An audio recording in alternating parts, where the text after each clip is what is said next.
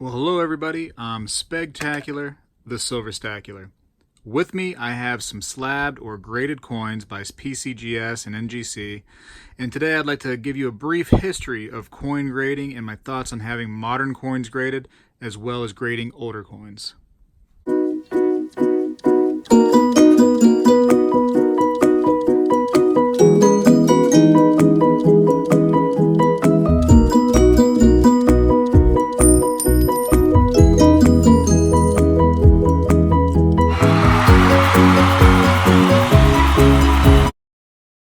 Let's first talk about coin collecting as a hobby.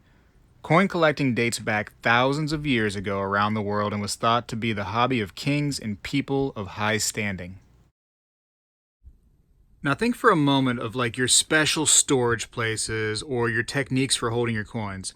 And then think of types of storage that were probably available 2,000 years ago, seeing as how plastic wouldn't fully be available for collectors until around the 1900s. Now let's talk about population for a minute.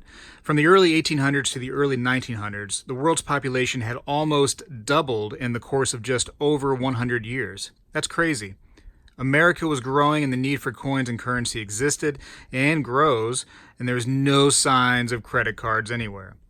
The early 1900s sparked a great interest in coin collecting. With the increased interest in collecting, there was now also an increased need for sellers to exist. Oftentimes, a collector would receive a coin that had been in circulation already and came with some form of wear prior to receiving it. Enter the need for a coin grading system. Early methods of grading coins were very vague. Terms like good, fine, uncirculated, and proof were used to describe a coin with little to nothing in between. Sellers and buyers had to come to an agreement. In 1942, a little help came in the way of a book called The Handbook of United States Coins, and also later in 1946, a Guidebook of United States Coins, both published by Richard Yeoman. These books are now commonly called the Blue Book and the Red Book, which are meant to be a guide for sellers and buyers or collectors. The amount of wear to a coin cannot be explained by only 3 or 4 categories. So people needed more. Dr. William Sheldon, who was well known for his study on coinage and authoring of books related to the coin hobby, developed the Sheldon scale in 1948. This scale placed a 1 to 70 grade on coins based on their condition. The thought was a coin with a grade of 70 would be 70 times more valuable than a coin with a grade of 1. With many early counterfeits plaguing the coin collecting hobby, Annex, or ANACS, which was founded by the American Numismatic Association, or ANA, graded its first coin on June 15, 1972, as genuine. In 1979, ANACS would begin utilizing the 70-point Sheldon scale for grading coins. ANACS took photos of both the front and the back of the coin and supplied the buyer with a certificate of authenticity along with those photos showing the grade of 1 through 70. In 1985, a small group of dealers and coin collectors came together, and in 1986, the Professional Coin Grading Service, or PCGS, was born and began grading coins. PCGS made a significant adjustment to the older system that ANACS was using. Grading coins would now be encapsulated with plastic, which significantly protected people's investments and created more eye appeal to coinage. Soon, in 1987, more competition came to coin grading with the Numismatic Guarantee Corporation, or NGC, and others would eventually follow. Okay, we're back from time traveling. I feel like it was really important to go over a brief history of coin grading and the services doing it because of my opinion I'm going to give you on grading modern coins. First, you can see that up until 1986, which is very recent when you think about how long coins have been minted in the United States, plastic wasn't encapsulating coins. And actually, it was a little bit before 1986 when another person decided to start actually the encapsulation and grading process, but PCGS really took off with it. So now, It was on the collector to make sure that these coins were secured somehow and protected. There's tens of thousands of collectors, and each one has a different method of securing their coins. So getting high-grade, older coins is instantly going to be more rare the further back in age you go. And those older coins were generally intended for circulation on the most part. Now, many newer coins are still intended for circulation, but they're generally circulated for much less time, and there's also a means to have them protected and graded where 100 years ago that wasn't possible for coins.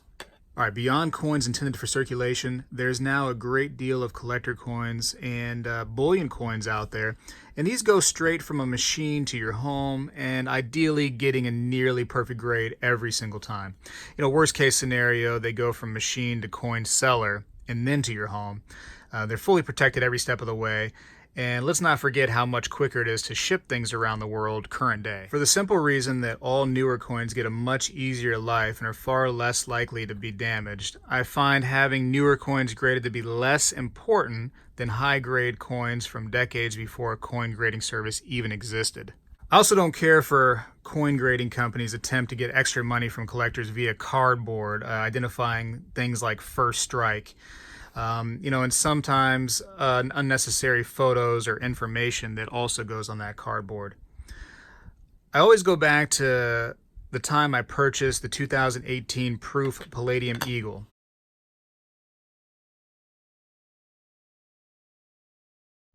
Now, people wanted to get that coin quickly.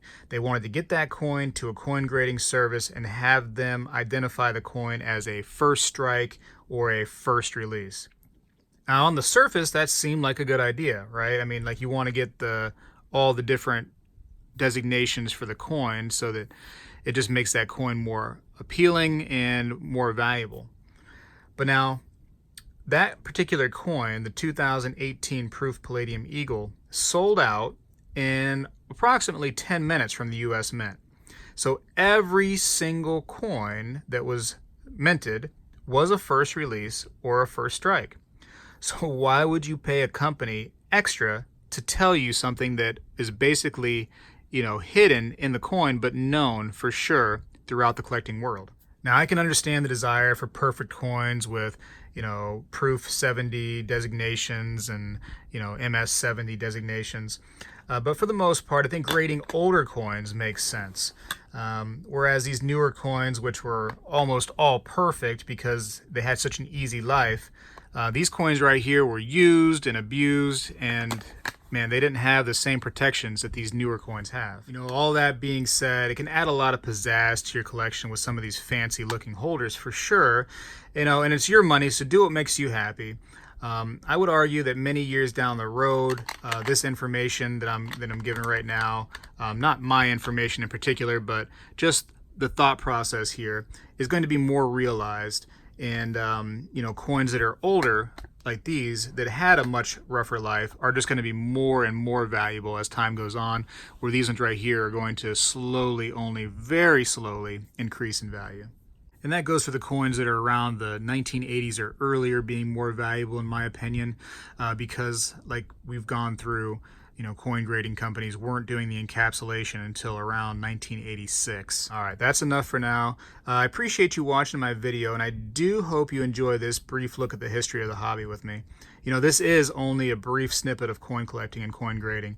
There's many older hobbyists out there on this channel that watches my videos, and they've lived through this very recent era of coin grading, and they could tell you some stories about what it was like as they were alive to experience it firsthand. I would encourage any older collectors that are watching this video to comment on this video with information that you have based on the history of coin grading that you've seen firsthand. And as always, I would appreciate it if you thumbs up the video if you enjoyed it. And do please consider sharing the video with others. If you do enjoy it and you think that somebody else would enjoy it, show it to them, copy the link and put it on your social media, whatever you have. Give it to others to look over. And, thanks again for watching. And at this point, though, I do have to go. Spegtacular is out.